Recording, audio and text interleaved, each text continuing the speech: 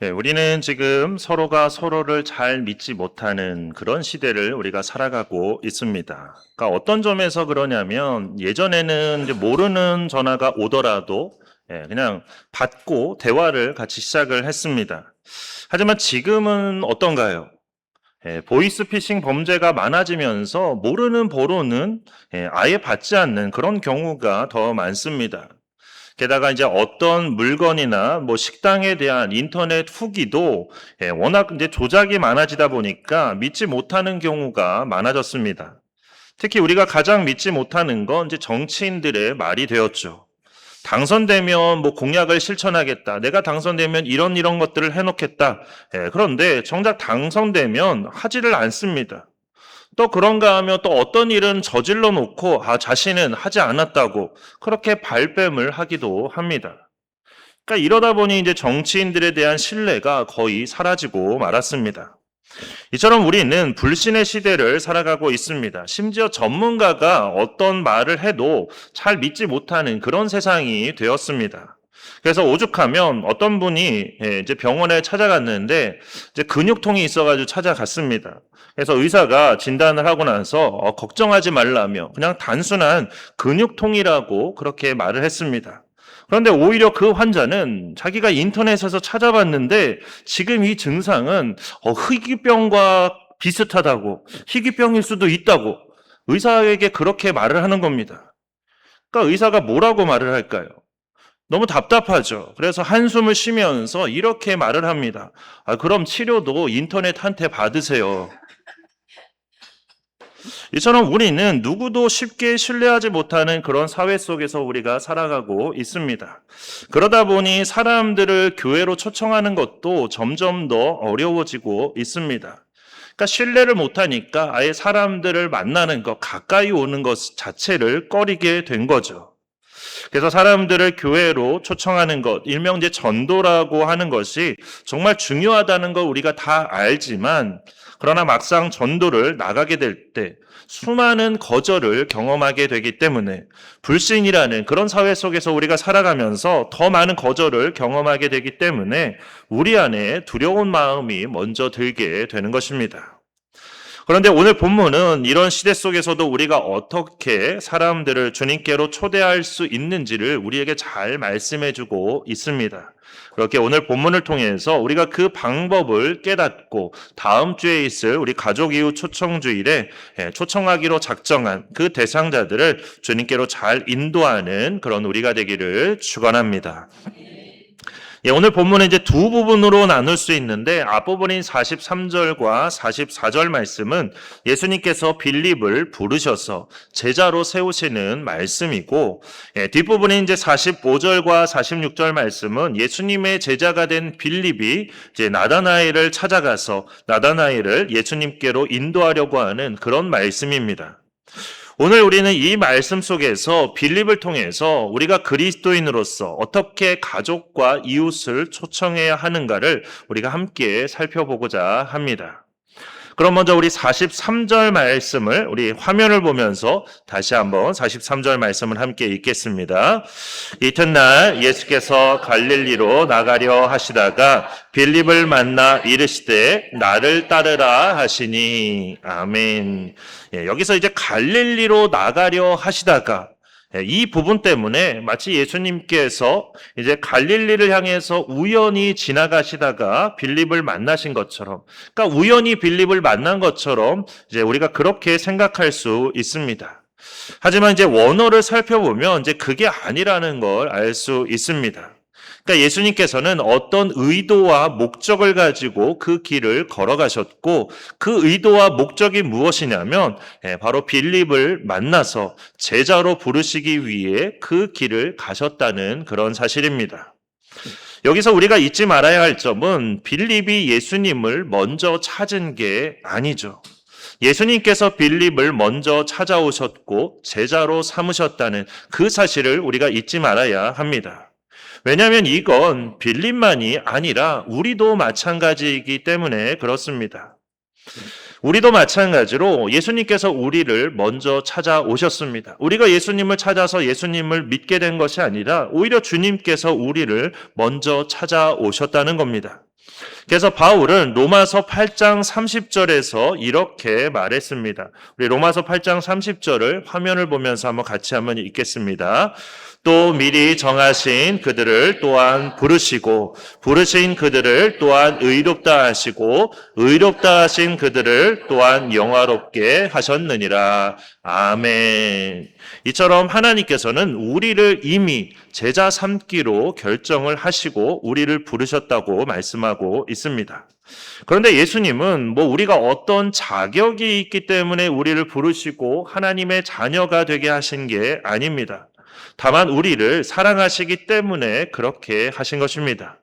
따라서 우리가 이렇게 말도 안 되는 그런 놀라운 사랑을 받았다면, 우리가 죄인임에도 불구하고 구원받는 하나님의 자녀가 되는 그 놀라운 사랑을 받았다면, 이제 우리는 그 사랑에 감사하며 주님의 뜻에 따라서 더 많은 사람들에게 복음을 전하며 그들을 주님께로 초청하는 그 일을 우리가 감당해야 하는 것입니다. 이게 바로 그리스도인인 우리가 해야 할 일입니다. 그래서 빌립은 나다나엘에게 찾아갔습니다. 그리고 나다나엘에게 이렇게 말합니다. 우리 45절 말씀을 화면을 보면 다시 한번 읽겠습니다. 빌립이 나다나엘을 찾아 이르되 모세가 율법에 기록하였고 여러 선지자가 기록한 그 일을 우리가 만났으니 요셉의 아들 나사렛 예수니라. 아멘. 이렇게 빌립은 나다나엘에게 예수님을 소개했습니다. 뭐라고 소개했냐면 나사렛 예수 그리스도야말로 우리가 그토록 기다려온 메시아, 즉 우리의 구원자라고 그렇게 소개를 한 것입니다. 이처럼 빌립은 예수님을 만난 후에 그 기쁨이 너무나 커서 자신과 가장 친한 나다나엘에게 찾아가서 예수님을 전한 것입니다. 이러한 빌립의 모습이 바로 예수님을 진짜로 만난 사람의 모습입니다. 그러니까 세상에는 나누지 않고 혼자만 갖기를 원하는 것들이 참 많습니다. 특히나 돈이 그렇고 권력이 그렇고 명예와 인정이 그렇습니다. 그래서 노조가 파업을 하는 이유도 여기에 있는 것이고, 또 그렇게 좋아요를 눌러달라고 주야장창 외치는 이유도 여기에 있는 거고, 또 전쟁이 일어나는 목적도 결국에는 돈과 권력을 더 많이 쥐려는 그런 욕심 때문이라고 말할 수 있습니다. 하지만 주님께서 우리에게 허락하신 이 생명의 역사는 오히려 함께 나눌 때 더 풍성해집니다. 그러니까 우리가 구원의 은혜는 그렇게 나누면 반으로 줄어들거나 그렇게 더 작아지는 그런 게 아니라 오히려 나누면 2배가 되고 3배가 되고 4배가 되는 그런 복과 은혜가 있다는 것입니다.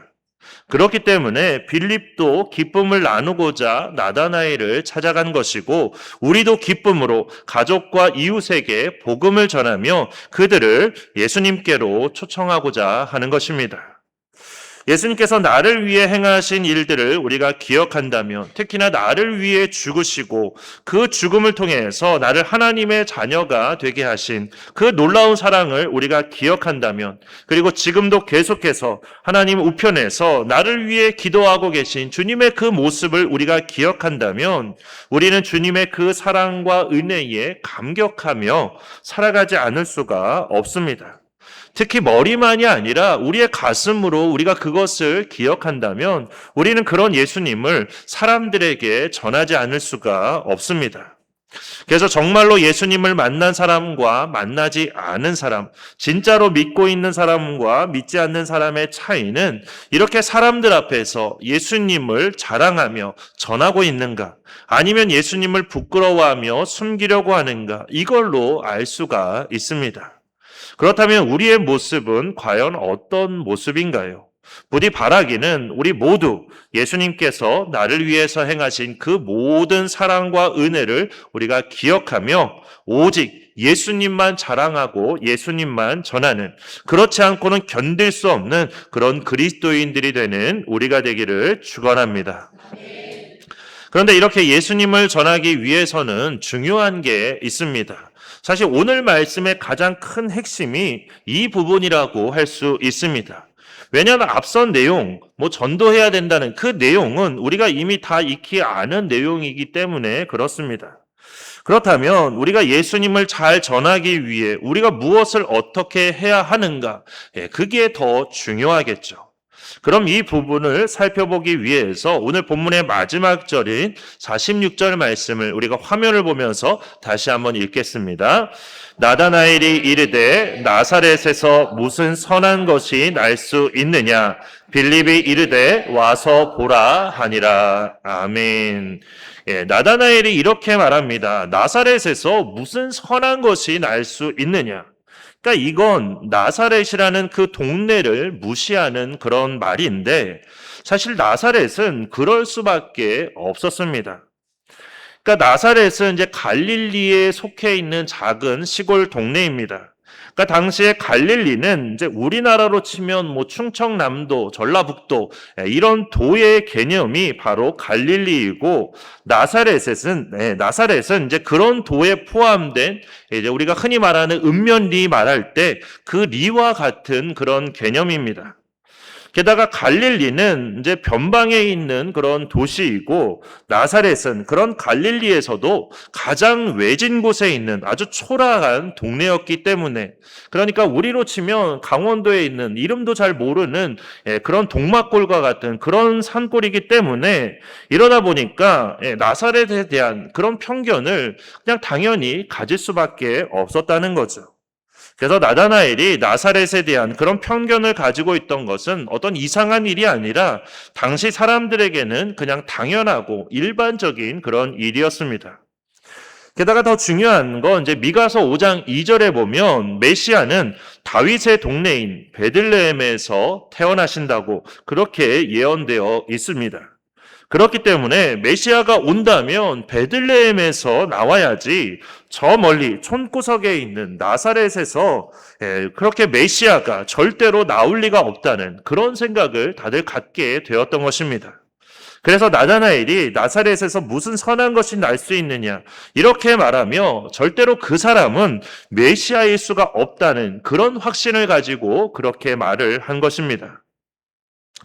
그런데 이러한 편견에 사로잡힌 사람이 뭐 나다나엘만이 아닙니다.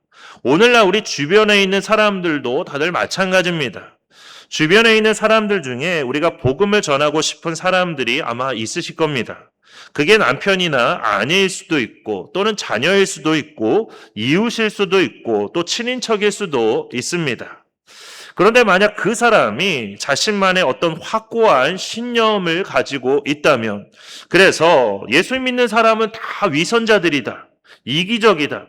교회가 너무 타락했다. 어떻게 하나님만이 유일한 신이냐? 절대로 그럴 수 없다. 그냥 이렇게 말한다면 그래서 이런 생각과 신념을 가진 사람에게 과연 우리가 어떻게 복음을 전할 수 있을까요? 그거는 참 어려운 일입니다. 그런데 편견으로 가득 찼던 나다나엘에게 빌립이 뭐라고 말합니까? 빌립이 이르되 와서 보라 이렇게 말합니다. 이거는 뭐 이렇다 저렇다 논쟁에서 될 일이 아니라는 걸 알았기 때문에 그래서 그냥 와서 예수님을 한번 만나보라고 그렇게 말한 것입니다. 그리고 이 말을 들은 나다나엘은 예수님을 찾아갔고 결국에는 예수님을 믿는 제자가 되었습니다. 그러니까 이걸 통해서 우리가 알 수 있는 것은 복음을 전하는 것은 어떤 논증으로 전해지는 게 아니라는 걸 알 수 있습니다. 그러니까 복음은 어떤 설명만으로 믿게 되는 것이 아니라 오히려 그 대상이 예수님을 직접 만나게 될 때 그럴 때 비로소 믿어지게 되는 것입니다. 그래서 빌립은 긴 설명을 하지 않았습니다. 예수님이 뭐 이래서 구원자다 저래서 구원자다 그런 긴 설명을 하지 않고 그냥 단 한마디만 했죠. 와서 보라 이렇게 말할 뿐이었습니다. 이거 마치 우리가 어떤 맛있는 음식을 먹는 것과 비슷하다고 할 수 있습니다. 우리가 어떤 맛집에서 맛있는 음식을 먹은 다음에 그 음식에 대해서 막 누군가에게 가서 그 음식이 막 이렇다 저렇다 너무 맛있다 뭐 그런데 어떻게 맛있냐 뭐 그런 것들을 이렇게 저렇게 설명한다고 하더라도 과연 그게 설명이 잘 될까요? 아마 아무리 설명해도 그 맛을 우리가 뭐 느끼게 해줄 수가 없습니다. 그렇다면 그 음식에 대해서 제대로 알려줄 수 있는 가장 좋은 방법이 과연 뭘까요? 그렇죠. 다 아실 겁니다. 식당에 데려가서 직접 먹어보게 하는 것, 그게 가장 좋은 방법입니다. 그러니까 복음을 전하고 예수님을 믿게 하는 것도 마찬가지라는 거죠. 설명보다는 직접 보게 하고 느끼게 하고 깨닫게 하는 게 가장 중요합니다. 그래서 그런 기회를 마련해 주는 초청이 중요한 것이고, 교회는 복음을 설명해 주는 곳이 아니라 오히려 복음을 우리의 삶으로 보여주는 그런 곳이 되어야 하는 것입니다. 우리가 누군가에게 예수님을 믿으세요라고 말할 때 왜 믿어야 되는지에 대한 어떤 장황한 설명보다는 오히려 이곳에 와서 직접 눈으로 보고 마음으로 느껴보라고 그렇게 말할 수 있어야 한다는 거죠. 그런데 그렇게 하기 위해서는 우리가 먼저 복음으로 살아내야만 합니다. 정말로 그리스도인다운 삶을 우리가 살아가야 한다는 그런 말씀입니다. 그러니까 막상 초청받아서 막 교회에 왔는데 교인들의 얼굴이 막 찡그러져 있고 막 예배를 억지로 드리고 있고 봉사도 마지못해서 하고 있고 막 교인들끼리 서로 싸우고 다투고 막 욕설이 오가고 그런다면 과연 그런 모습을 보면서 누가 그 교회에 더 가고 싶어 하게 될까요? 아마 그 다음 주부터는 교회는 전혀 나가지 않게 될 겁니다. 교회는 가지 못할 곳이다. 이런 생각을 하게 되겠죠. 그래서 우리가 몇 번 불렀던 그 교회라는 찬양의 가사처럼 교회는 사람이 많이 넘치는 그런 곳이 아니라 오히려 사랑이 넘치는 그런 교회가 되어야 하는 것이고, 또 섬김을 원하기보다는 먼저 섬김의 기쁨을 알아가야 하는 것이고, 또 무엇보다 교회의 머리요 주인 대신 주님 안에서 우리가 서로를 사랑함으로 하나 되는 그런 거룩한 교회, 행복한 교회를 우리가 함께 만들어가야 하는 것입니다. 그래야만 우리가 와서 보라고 자신 있게 말할 수 있는 것입니다. 그러니까 집안이 지저분한데 누가 와가지고 집안을 들여다보면 그거 정말 싫어하겠죠. 그러니까 당당하게 우리 집으로 오라고 초청할 수가 없습니다. 그래서 누구를 초청하기 위해서는 먼저 우리의 집을 깨끗하게 해야 하는 것처럼 우리의 마음을, 우리의 교회를 우리가 깨끗하게 하고 사랑과 은혜가 넘치는 그런 곳으로 만들어야 하는 것입니다. 그래야만 당당하게 와서 보라고 우리가 말할 수 있다는 거죠. 그리고 또 한 가지 중요한 것은 우리가 그들에게 신뢰받는 그런 사람이 되어야 한다는 것입니다. 그러니까 앞서도 말씀드린 것처럼 우리는 불신의 시대를 우리가 살아가고 있습니다. 따라서 이런 시대에 우리가 사람들을 주님께로 인도하기 위해서는 무엇보다도 우리 자신이 신뢰받는 그런 사람이 되어야 한다는 것이죠. 그러니까 만약 빌립이 나다나엘에게 그냥 평소에 막 이기적으로 말하고 행동하고 부정적인 마음을 심어주고 그런 사람이었다고 한다면 빌립이 와서 보라고 말했을 때 아마 나다나엘은 그 말을 듣고 예수님을 보러 갈 리가 전혀 없었을 겁니다. 그냥 빌립의 말을 그 자리에서 무시를 했겠죠. 하지만 나다나엘은 나사렛에는 절대로 선한 것이 날 수 없다는 그런 자신의 확고한 그런 신념에도 불구하고 와서 보라는 빌립의 그 말을 듣고 예수님을 찾아갔습니다. 그 이유는 빌립은 그만큼 신뢰할 만한 사람이었기 때문에, 그래서 근거 없는 말을 하더라도 그 말을 믿어줄 수 있을 만큼 그렇게 믿음이 가는 그런 사람이었기 때문에 그게 가능했다는 말씀입니다. 따라서 우리도 그렇게 신뢰받는 사람이 되어야 한다는 겁니다. 그래야만 불신 가운데 있는 사람들을 우리가 예수님께로 잘 이끌어줄 수 있게 되는 것입니다. 사람의 마음을 움직이는 것은 결국에는 하나님께서 하시는 일입니다. 하지만 하나님께서는 사람을 통해서 전도하시고 사람을 통해서 역사하시기를 원하십니다. 그래서 이렇게 우리를 먼저 부르신 것이고 이제는 우리를 통해서 하나님의 사랑과 은혜가 더 많은 사람에게 전해지기를 그렇게 간절히 원하고 계신 것입니다. 따라서 우리가 먼저 그리스도인다운 삶을 살아가며 신뢰받는 사람, 그리고 신뢰받는 그런 교회로 우리가 함께 세워지기를 바랍니다. 그래서 우리 주변에 있는 복음을 전해야 하는 사람들, 특히 이번 초청주일에 우리가 초청하고자 다짐한 사람들에게 우리도 빌립처럼 기쁜 마음으로 찾아가서 한번 와보라고 말하는, 우리 교회에 와서 함께 예배를 한번 드려보자고 당당하게 권하며 그들을 생명의 길로 안내하는 그런 우리 모두가 되기를 주님의 이름으로 축원합니다.